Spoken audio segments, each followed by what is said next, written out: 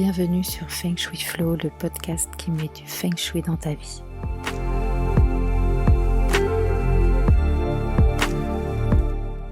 Je suis Aude Charot. Ma mission est de vous aider à faire de votre habitat un véritable compagnon de vie.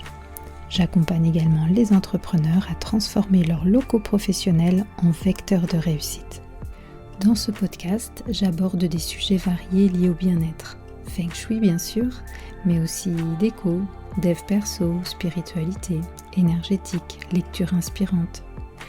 Je suis parfois seule, parfois accompagnée, car j'ai le plaisir d'avoir de temps en temps des invités. Chaque lundi, recevez votre dose de belles énergies. Bonjour à tous. Aujourd'hui, je voulais vous parler d'harmoniser son lieu de vie pour atteindre ses objectifs. Je vous ai déjà parlé du bagua, je crois que c'était un des premiers épisodes de la toute première saison. Vous savez, c'est cette, façon de sectoriser, votre habitat en plusieurs zones, en 8 zones, et c'est une carte énergétique que l'on utilise, en feng shui et qu'on lie avec l'école des 8 aspirations, où chaque secteur ou zone correspond à un aspect différent de la vie. Donc on a la carrière, la connaissance, la famille et la santé, la richesse, la renommée, les relations amoureuses, la créativité, les enfants, les aides, les voyages. Le centre aussi qui est associé à la santé et au bien-être en général. Et en fait, dans un contexte hem, de réalisation de ces objectifs, hein, c'est pour moi aussi un contexte de développement personnel. Le bagua, c'est vraiment un outil précieux puisque ça va permettre de cibler les secteurs de vie que vous souhaitez, améliorer. Et ça vous permet, d'identifier vraiment, de faire le lien, hem, entre votre espace et vos objectifs, voyez? Par exemple, si vous souhaitez, stimuler votre carrière, bah, vous pouvez, concentrer votre attention sur la zone nord de votre maison ou de votre appartement, en veillant à ce que cette zone soit bien éclairée, dégagée de tout encombrement, de tout bazar, et qu'elle contienne des symboles qui représentent pour vous, bah, la réussite, professionnelle. Hem, Après ce qu'il faut bien comprendre dans cette façon d'harmoniser, l'espace pour nourrir ses objectifs, c'est que, tous les aspects de votre vie sont forcément interconnectés. Donc, l'amélioration dans une zone du bagua peut avoir un impact positif sur d'autres secteurs de vie et pas forcément la zone que vous avez, ciblée. Par exemple, si vous travaillez, sur la zone connaissance, si vous l'harmonisez bien, vous allez soutenir votre croissance personnelle, vous allez acquérir de nouvelles connaissances, de nouvelles compétences et ça va forcément se faire au bénéfice de votre carrière, de votre mission de vie puisque la connaissance et la sagesse sont souvent nécessaires pour progresser, professionnellement.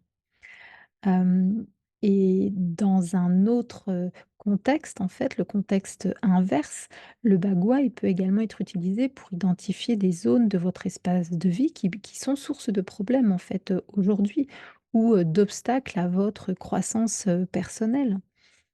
Par exemple, donc, je vous l'explique, dans mon livre «Harmonie chez soi, vitalité en soi». Je vous explique qu'effectivement, si vous avez des problèmes de santé, bah, vous pouvez regarder avec davantage d'attention le secteur est de la maison ou alors votre zone santé personnalisée ou encore le centre de votre maison. Si ces zones sont encombrées, mal éclairées, si elles contiennent des éléments qui symbolisent la perte de vitalité ou même la maladie, si le chi est stagnant parce que c'est des pièces que vous n'utilisez pas ou un placard rempli de bazar, bah, ça pourrait être un signe justement que votre espace de vie n'est pas en harmonie avec vos objectifs en matière de bien-être physique, et mental. Donc vraiment le bagua, c'est un outil de feng shui qui est puissant et polyvalent et qui peut vraiment vous aider à aligner votre espace de vie avec avec vos objectifs de croissance. Et vraiment ça offre un soutien énergétique complet en fait pour, dans votre parcours, on va dire, d'épanouissement et dans votre parcours, de vie en général. Voilà, donc je voulais juste vous rappeler ça, aujourd'hui et puis, bah, du coup, vous rappeler peut-être, ce que c'est que ces 8 zones et ces 8 aspirations et comment on les harmonise. Donc là, aujourd'hui, je vais essentiellement vous parler, des éléments, puisque, bah, vous pourrez, réécouter les épisodes de podcast où je vous parle des 5 éléments chinois. Là, vous aurez tous les éléments pour, relier, les éléments aux bonnes couleurs, aux bons objets déco et cetera. Mais là, aujourd'hui, je vais juste, voilà, vous rappeler, ce que sont que les 8 aspirations, les zones associées et les éléments associés également. Alors commençons par, le nord. Donc le nord, je vous le rappelle, c'est la carrière, hein, on dit, mais en fait, c'est un secteur qui est lié à la carrière, d'accord? À la vie professionnelle en général et aussi au chemin de vie, hein, au dharma. Ces éléments nourriciers sont l'eau, puis le métal, puisque le métal nourrit l'eau de la zone nord. Au sud, on dit que c'est la zone réputation, parce que ce secteur, il est lié à la célébrité, au prestige, à la renommée, à l'image de soi, mais aussi à tout ce qui est, relatif à la vie sociale, au réseautage. Ces éléments nourriciers donc sont le feu et puis le bois qui vient alimenter ce feu. À l'est, on dit que c'est la zone santé et famille. Donc c'est vraiment, un secteur qui est lié à la vitalité, à la santé, physique, mentale et émotionnelle. Mais, cette zone, elle est également liée à la famille en général. Donc quand je dis famille en général, c'est y compris, la lignée familiale, donc, les ascendants et donc ces éléments nourriciers, bah, sont le bois, puis l'eau. À l'ouest, c'est ce qu'on appelle la zone enfants et projets. Donc, évidemment, c'est un secteur qui est associé aux enfants, mais en fait, vraiment à tout ce qui est projet et donc à la, créativité. Ces éléments, bah, comme on est à l'ouest, c'est le métal et la terre, puisque la terre nourrit ce métal. Au sud-ouest, je vous l'ai déjà expliqué dans un épisode précédent où, autour de la Saint-Valentin, où je vous parlais de la zone sud-ouest pour les relations, c'est ça, hein, c'est vraiment le secteur qui est lié aux relations amicales, amoureuses, professionnelles. Il est donc évidemment en relation avec, le mariage, le couple, mais si on regarde ça d'un côté un peu plus pro, bah, ça va être tout ce qui est lié au partenariat ou aux co-créations. Donc ces éléments nourriciers, ce sont, la terre et le feu. Au sud-est, là, on est sur, l'abondance, donc on dit que c'est la zone richesse puisqu'elle est liée à la prospérité et puis, aussi aux questions d'argent, en général. L'abondance en feng shui, hein, c'est pas qu'une abondance d'argent, hein, c'est aussi une abondance d'amis, une abondance d'amour, une abondance, de tout, de connaissances, de joie, donc c'est vraiment une jolie zone une jolie zone à harmoniser. Ces éléments nourriciers sont le bois, et l'eau, comme à l'est. Au nord-ouest, c'est la zone, qui est liée, à la chance et au mentor. Quand on dit mentor, en fait, en anglais, on appelle ça les noble people. C'est vraiment, les gens qui viennent nous apporter de l'aide un petit peu de façon bénévole, si vous voulez. C'est pas des gens que vous prenez en prestation de service. C'est vraiment, toutes ces personnes qui vont vous apporter un soutien. Donc ça peut être aussi évidemment un mentor, mais des personnes que vous admirez et qui vous aident, à avancer, sur le chemin. C'est aussi un secteur qui est associé au voyage, donc si vous aimez, voyager, ça peut être intéressant de bien, l'harmoniser. Donc on l'harmonise comment? Bah, avec ces éléments nourriciers, c'est le métal, hein, puis la terre. Et enfin donc le nord-est. C'est la zone qu'on appelle la zone connaissance. Donc c'est un secteur qui est lié à l'éducation, à la sagesse, au développement personnel, à la tranquillité aussi, une espèce d'apaisement. Et ces éléments nourriciers sont la terre, puis le feu. Voilà. Donc ça, c'est quand on découpe, la maison avec un bagua, donc un camembert à 8 portions.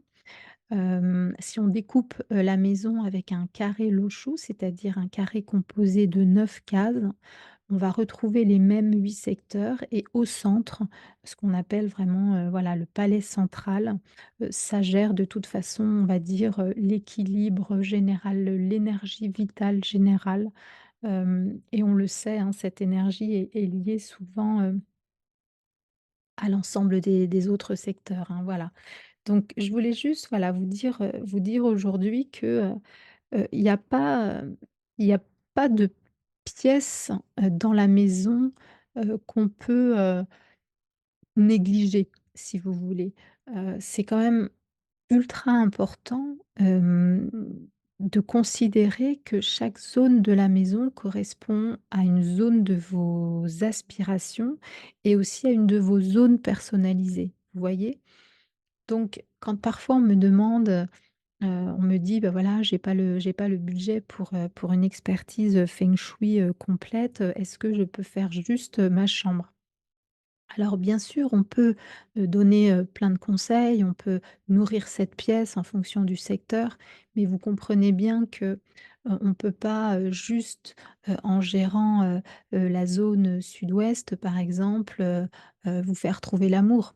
En fait, peut-être que, si vous avez du mal à trouver l'amour par exemple, c'est que vous avez un problème avec, l'amour de soi et dans ce cas-là et bien, il s'agira de voir la zone nord-est pour, harmoniser plus cette notion de connaissance de soi ou d'amour de soi, vous voyez?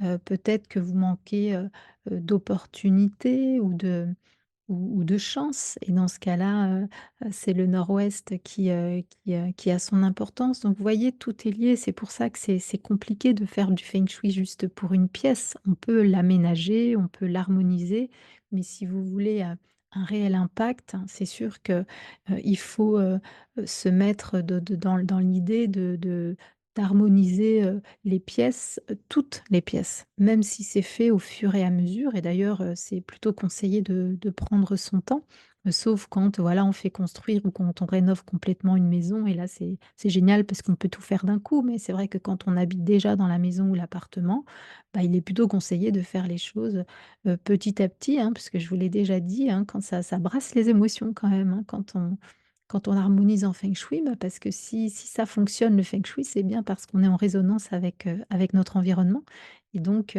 quels que soient les changements que vous allez effectuer, si en plus, vous l'harmonisez avec les principes du feng shui, ça va élever finalement la vibration de votre maison et ça et ben, peut-être que vous allez le sentir passer. Et comme, par exemple, quand on fait des soins énergétiques, et bah, parfois, dis donc, ça décoiffe et puis, bah, avant d'aller mieux, ça va même un peu plus mal ou alors, on a envie de pleurer, on a du blues et cetera et hop, après on a tout nettoyé, ça va mieux. Bah, parfois quand on harmonise comme ça, son lieu de vie, bah, pour atteindre ses objectifs, on va se focaliser sur une zone, on va harmoniser le secteur en question avec une intention, on va le faire avec son cœur et forcément, en fait, bah, les la conséquence, c'est que la maison, l'appart, le lieu va nous aider, va être comme un compagnon de vie pour nous aider à remplir cet objectif, à le réaliser, et forcément, ben, il va se passer quelque chose en nous, hein, c'est sûr, hein. C'est aussi pour ça que ça fonctionne. Voilà, j'espère que cet épisode, vous aura plu. Si c'est le cas et pour me soutenir, n'hésitez pas à lui donner une jolie note sur Apple Podcast ou partout où vous pouvez le noter et puis, bah, je vous remercie pour votre écoute et je vous dis à la semaine prochaine. Ciao, ciao. Merci pour votre écoute d'aujourd'hui. Pour aller plus loin, n'hésitez pas à lire les articles très détaillés que j'écris chaque semaine sur le blog de mon site fengshui-expert.fr. Pour ne rien rater des prochains épisodes, suivez-moi sur votre plateforme de podcast préférée ou sur mes réseaux sociaux. Vous me trouverez sous le nom Aude à la déco. Merci beaucoup, à bientôt et d'ici là, restez dans le flow.